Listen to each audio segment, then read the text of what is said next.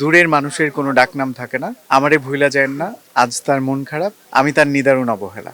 আমি আসলে যেটা লিখি সেটা তাদেরকে শোনাবার চেষ্টা করি, আর যেখানে শূন্যতা নেমে আসে সেখানে আসলে বইমেলা বা যে কোনো মেলায় আসলে জমতে পারে না। আলহামদুলিল্লাহ, বেশ ভালোই সাড়া পাচ্ছি, তবে এটা নির্দিষ্ট কিছু লেখক বা স্টলের ক্ষেত্রে।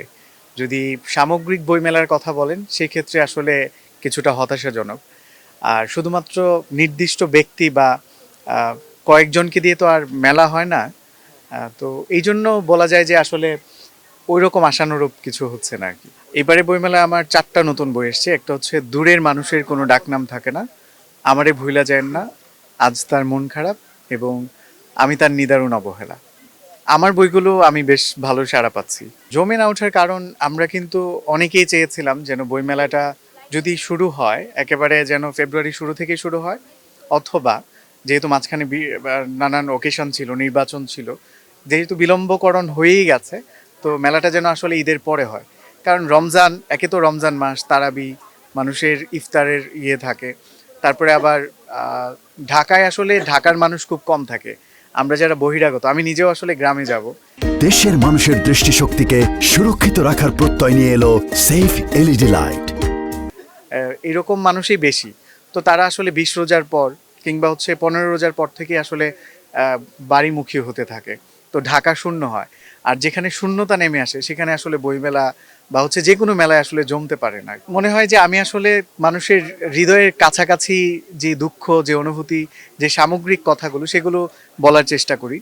এবং আমি শুধুমাত্র কবিতা লিখি না, আমার একটা ট্যাগলাইন আছে, সেটা হচ্ছে কবিতায় গল্প বলা মানুষ। আমি আসলে যেটা লিখি সেটা তাদেরকে শোনাবার চেষ্টা করি। যেমন এই যে কখনো কখনো সাদাত হোসেনের একটা কবিতা আছে যে, কখনো কখনো আমার খুব কথা কইতে ইচ্ছা করে কিন্তু মানুষ মেলে না, জগতে কথা কইবার মানুষের বড়ই অভাব। আসলেই কিন্তু এই চারপাশে এত মানুষ, এত কোলাহল, 700-800 কোটি মানুষের পৃথিবী, অথচ আপনি আমি কি করি? নিঃসঙ্গতায় ভুগি। এই জগতের প্রত্যেকটা মানুষ নিঃসঙ্গ, প্রত্যেকটা মানুষ ডিপ্রেসড। কেন? মানুষের অভাবে। আসলে কি মানুষের অভাব? হ্যাঁ, সত্যিকার মানে নিজের মানুষ বা ভালোবাসার মানুষের অভাব, যে আমার দুটো কথা শুনবে বা আমাকে দুটো কথা বলবে, এরকম মানুষ আসলে পাওয়া যায় না। যারা বইমেলায় আসতে চান বা বইমেলায় আসবেন, আমি চাই যে আপনারা বইমেলায় আসেন। বইমেলায় 936 নাম্বার স্টলের নাম পুনশ্চ। এখানে এসে দেখবেন যে একটা সুন্দর শিউলি ফুলের গাছ আছে, আর সেটা আলোকসজ্জা করে রাখা হয় সন্ধ্যার পর। একসাথে শিউলি ফুল ফুটতে থাকে, আর এখানে একটা শিউলি ঘ্রাণ ছড়াতে থাকে।